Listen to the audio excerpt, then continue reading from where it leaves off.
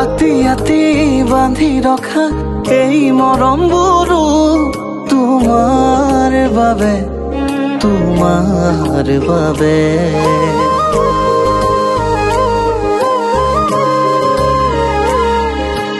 আকি আকি বুকুত থোৱা এই আবেগৰে ৰং তোমাৰ বাবে তোমাৰ বাবে আতি আতি বান্ধি ৰখা এই মৰমবোৰো তোমাৰ বাবে তোমাৰ বাবে আকি আকি বুকুত থোৱা এই আবেগৰে ৰং তোমাৰ বাবে তোমাৰ বাবে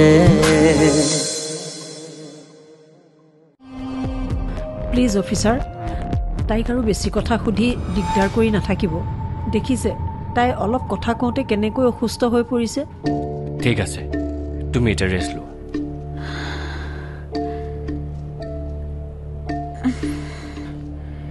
বহক ছাৰ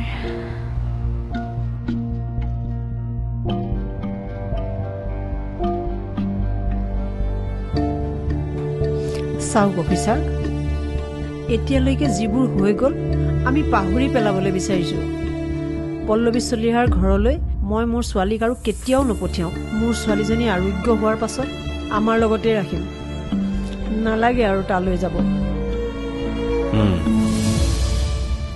নালাগে বাৰু যাবলৈ কিন্তু মই কল কৰিলে কিছু সময়ৰ বাবে হয়তো যাব লাগিব আমাৰ সেই ঘৰখনৰ প্ৰতি আৰু কোনো আন্তৰিকতা নাই ছাৰ তাইৰ জীৱনৰ প্ৰকৃত পুৰুষজনেই যেতিয়া নাই তাই সেইখন ঘৰলৈ গৈ কি কৰিব তাইক কেতিয়াও নপঠিয়াওঁ আৰু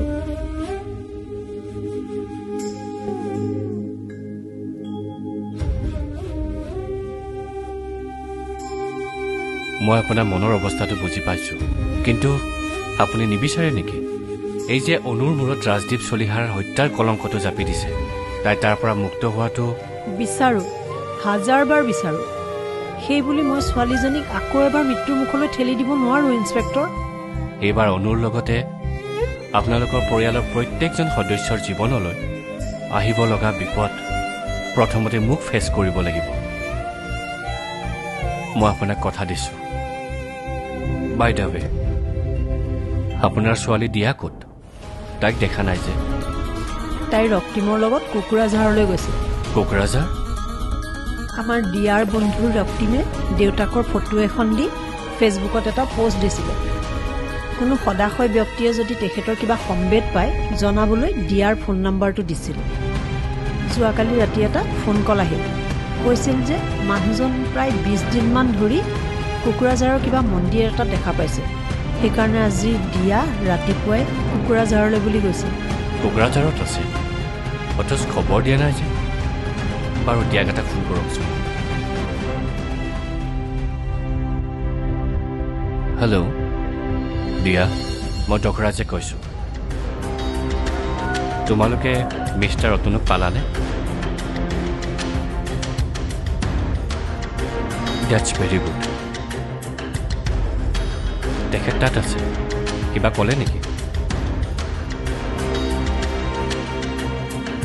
ক'ত আঘাত পাইছে মূৰত তোমালোকক চিনি পোৱা নাই ঠিক আছে তোমালোকে এখন এম্বুলেন্সত লৈ আহা ইয়াত আমি মেডিকেলত এডমিট কৰিব লাগিব য়েছ সোনকালে আহা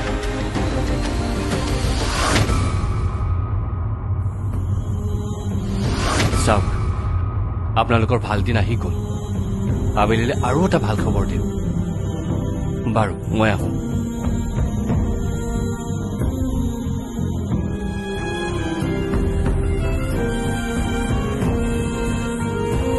হেল্ল' দিয়া চাচোন তই না আজিও বাইদেউৰ বেল নহল আজি কিন্তু মোৰ ৰাজভাঙিলৈ বহুত মনত পৰিছে জানো সি ইমান ব্যস্ততাৰ মাজতো আমাৰ ঘৰখনৰ প্ৰত্যেকটো মানুহৰ খবৰ ৰাখিছে তুমি ঠিকেই কৈছা পেহীৰ নিজৰ সন্তান নহলেও সি কিমান হাম্বল আছিলে এটা কথা কি জানো খুব দক্ষ সোণাৰীও সোণ কিনোতে কেতিয়াবা ঠগ খায় আৰু চন্দ্ৰটোতো দাগ আছে সেই বুলি জোনবাইক জানো কোনোবাই বেয়া পায় তুমি কি বুজাব খুজিছা মই বুজি পাইছো খুৰা তুমি একো চিন্তা কৰিব নালাগে আজি আবেলি পেহী ঘৰলৈ আহিব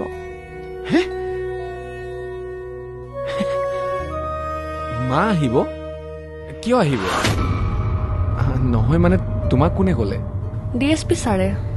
ডিএছপি ছাৰে নিজে পেহী ঘৰলৈ লৈ আহিব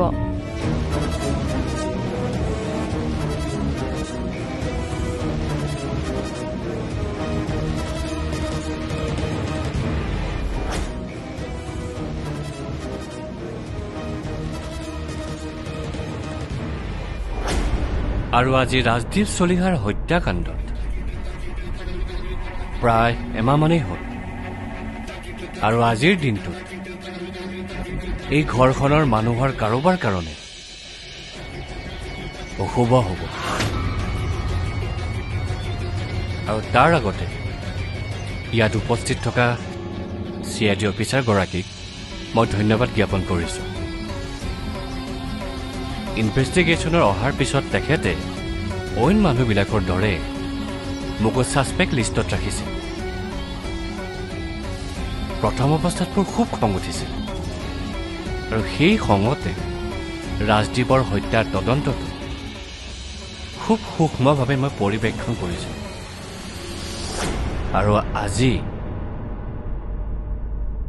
প্ৰকৃত হত্যাকাৰীক ধৰাত পেলাইছোঁ আৰু এই ক্ষেত্ৰত এখেতৰ যথেষ্ট অৱদান আছে আমি নিজৰ গাৰ নুমডালকো সন্দেহ কৰোঁ আৰু ইয়াত হত্যাকাৰীয়ে ইমান চতুৰভাৱে কাম কৰিছে যে আমি তদন্তৰ সময়ত বহুতো বাক বিদিত খাই পেলাইছিলোঁ কিন্তু DSP দশৰাজৰ নিখুঁত তদন্তত হত্যাকাৰী ওলাই পৰিছে থেংকছ মিষ্টাৰ দশৰাজ কংগ্ৰেচুলেশ্যন এতিয়া আহিছোঁ আমি দৰিনা চাংকাকতি তুমি ৰাজদীপ চলিহাক সৰুৰে পৰা ভাল পাইছিলা আৰু অনুসিয়াৰ লগত ৰাজদীপ চলিহাৰ বিয়াৰ খবৰটো পায়েই তুমি এক প্ৰতিশোধৰ মনোভাৱ লৈ এই ঘৰখনলৈ আহিছিলা অনিমন্ত্ৰিত অতিথি হিচাপে অহাটো তোমাৰ পেহী আৰু খুৰাই অকণো ভাল পোৱা নাছিল আৰু প্ৰতিশোধৰ জুইকুৰা বুকুত লৈ আহিছিলা যদিও অনুক লগ পোৱাৰ পিছত তোমাৰ ধাৰণাই সলনি হৈছিল আৰু তুমি এই সম্পৰ্কটো খুব ধুনীয়াকৈ মানি লৈছিলা এতিয়া আহিলে দৰ্পণ চাংকাকতি আপুনি নিজকে বহুত চতুৰ বুলি ভাবে কিন্তু আপুনি এজন সাধাৰণ মানুহ বায়েকৰ ছত্ৰ ছায়াত থাকি বায়েকৰ প্ৰতিটো ভাল বেয়া কাম আপুনি ৰূপায়ণ কৰিছে অনুসিয়া কাশ্যপ ৰাজদীপ চলিহালৈ বিয়া কৰাইও আনিছে আপুনি আৰু ৰাজদীপ চলিহাক অন্যায় কৰিবলৈ আপুনি প্ৰতিটো চেষ্টা চলাইছে কিন্তু প্ৰতিটো ক্ষেত্ৰত সফল হ'ব পৰা নাছিল নিজৰ চাহিদা পূৰণ কৰিবলৈ এই দৰ্পণ চাংকাকতি সৰু সুৰা কিছু অপৰাধতো লিপ্ত হৈছে গতিকে আপুনিও হ'ব পাৰে ছাৰ এইবাৰ আহিল মিছেছ পল্লৱী চলিহা এম্পায়াৰৰ এক বলিষ্ঠ সূতা যিগৰাকীক ৰাজদীপ চলিহাই মাতৃসম জ্ঞান কৰিছিলে তাৰ বিপৰীতে পল্লৱী চলিহাই ৰাজদীপক সমানে ঘিণ কৰিছিলে মানুহগৰাকীৰ এটাই চিন্তা আছিল কেনেকৈ ৰাজদীপ চলিহাৰ এই বিশাল সম্পত্তিগৰাকীক মনদীপ চলিহাৰ নামত ট্ৰান্সফাৰ কৰি দিয়ে তাৰ বাবে তেওঁৰ ভায়েক দৰ্পণ চাংকাকতিৰ লগত মিলি বিভিন্ন ধৰণৰ ৰাজহুৱা ষড়যন্ত্ৰ কৰিছিল আৰু প্ৰচুৰ টকা পইচাৰো লেনদেন কৰিছিল আনকি এইটো এটা প্লেন কৰিছিলে যে বিয়াৰ পিছত যিকোনো উপায়েৰে ৰাজদীপ চলিহা আৰু অনুসয়াক খেদি এই বিশাল সম্পত্তিৰ এগৰাকী অধিকাৰী হ'ব বিচাৰিছিল গতিকে তেওঁ আমাৰ ডিষ্ট্ৰিক্ট অপৰাধীয়ে আছিলে। এইবাৰ আহিল মিষ্টাৰ মনদীপ চলিহা।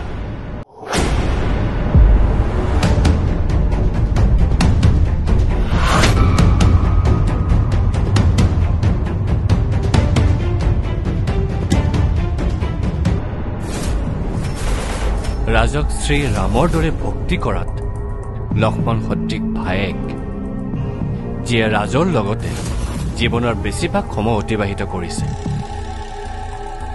আৰু অফিচৰ কামৰ কথা ক'লে সদায় পলায়।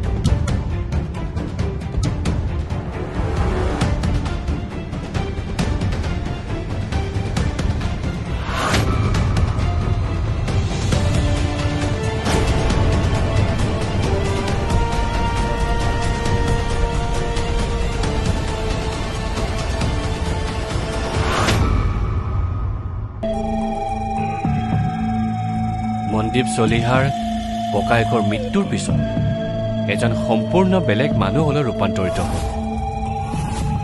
আনকি নিজৰ মাতৃ আৰু মোমায়েককো চিনি নোপোৱা হ'ল।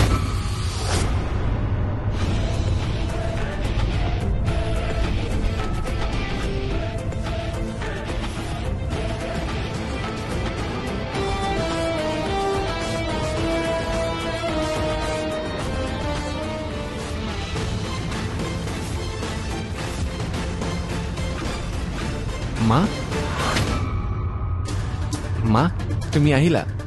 মই আজি তোমাৰ বেল পেপাৰ ৰেডি কৰিছিলোঁ। থেংক গড, তুমি ঘূৰি অহাৰ কাৰণে মই বহুত সুখী। এতিয়া আহোঁ আমি শেষ কথালৈ।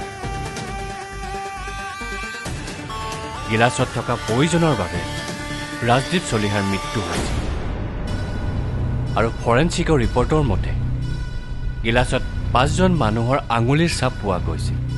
ক্ৰমান্বয়ে পল্লৱী চলিহা, দৰিণা চাংকাকতি, অনুসূয়া কাশ্যপ আৰু ৰাজদীপ চলিহা। পঞ্চমটো আঙুলি ছাপৰ মানুহজনক আমি বিচাৰি উলিয়াব পৰা নাছিলোঁ। আৰু এইখন ঘৰৰ মানুহৰ পৰা পোৱা কিছু তথ্য অনুসৰি আমি সেই মানুহজনৰ আঙুলিৰ ছাপ বুদ্ধিৰে সংগ্ৰহ কৰি ল'লো আৰু বেচ হৈ গ'ল। এতিয়া অপৰাধী স্বীকাৰ কৰিব নে ময়ে নিজে ক'ব লাগিব? মিষ্টাৰ দৰ্পণ চাংকাকতি। কি কথা কৈছে ছাৰ? মই হত্যা কৰা নাই নহয়। বাইদেউ, মই মোৰ বাইদেউৰ সফল খাই গৈছো। মই একো হত্যা কৰা নাই। বাইদেউ ক'লা, মই হত্যা কৰা নাই নহয়। মোক বচালো। আপুনি কান্দিব নালাগে। মই জানো আপুনি হত্যা কৰা নাই। Don't move.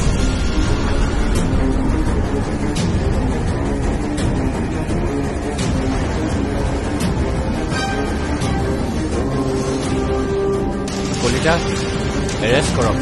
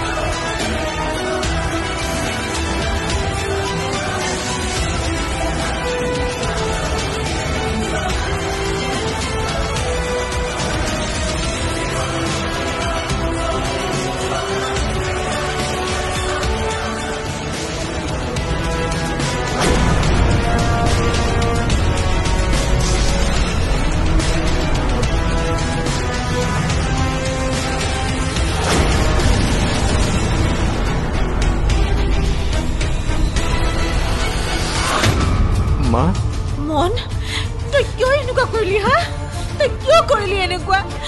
মইতো তোক এনেকুৱা শিক্ষা দিয়া নাছিলো। কিয় কৰিলি? তোমাৰ আৰু মামাৰ কাৰণে মই দাদাক হত্যা কৰিব লগা হ'ল। তোমালোকে মোক সদায় অফিচৰ কামৰ তাগিদা দি থাকা। টকাৰ পইচা লেনদেনৰ কথা দাদাৰ পৰা শিকিব কোৱা। আৰু যিবোৰ কথা মই একেবাৰে ভাল পোৱা নাছিলো, তোমালোকে দুয়ে দাদাৰ বিৰুদ্ধে ষড়যন্ত্ৰ কৰা। মই সেইবোৰ দেখি দেখি সম্পত্তি লোভত পৰি মই দাদাক হত্যা কৰিব লগা হ'ল।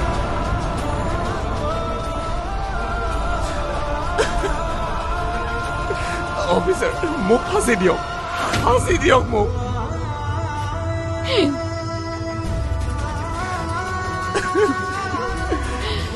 মই ৰাম তুল্য দাদাক মই হত্যা কৰিলো। চৰি দাদা, চৰি। আপোনাক শাস্তি আদালতে দিব। কলিতা, লৈ যাওক।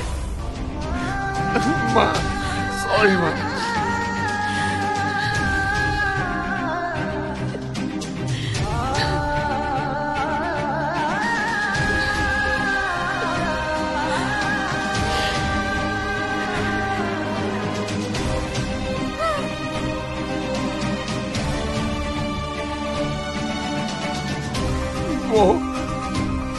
পাৰিলে মোক ক্ষমা কৰি দিবা।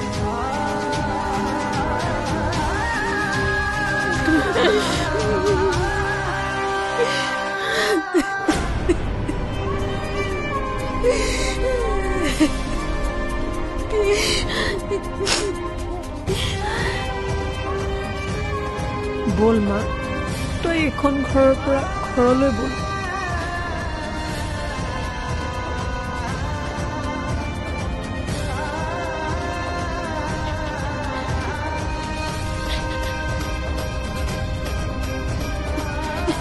মই নাযাওঁ দিয়া মা, এইখন ঘৰৰ পৰা মই নাযাওঁ দিয়া।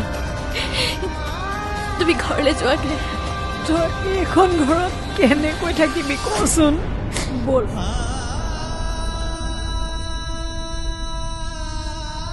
বিয়াৰ পাছত মই কইনাৰ সাজেৰে এইখন ঘৰত সোমাইছিলো, আৰু মই এইখন ঘৰৰ পৰা চাঙিত উঠিহে যাম।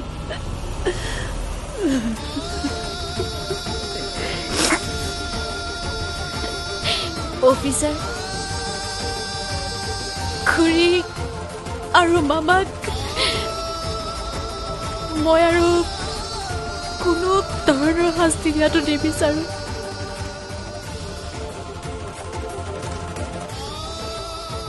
মই এইখন ঘৰৰ এগেইনষ্টত যি FIR দিছিলো সেইটো মই উঠাই লৈছো।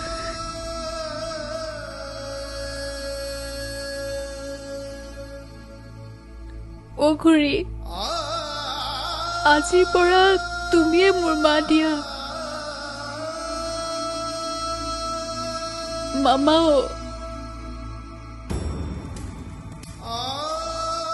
আপোনাকো মই আজিৰ পৰা মোৰ মামাৰ নিচিনাকে ভাল পাম দেই।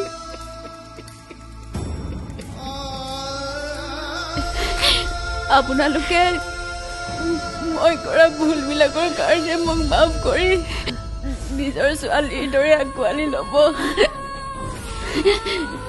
তুমি নাকান্দিবা মা। মোৰ ৰাজ ইয়াতে আছে নহয়।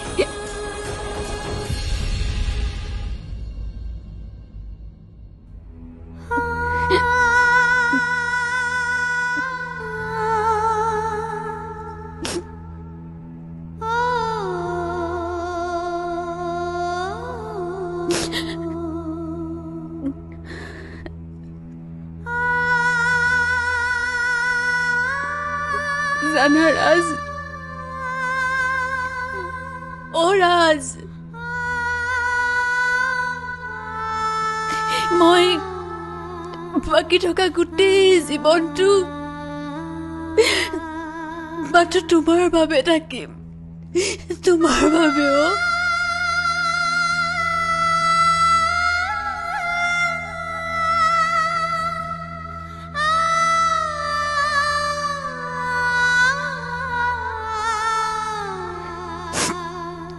Oras.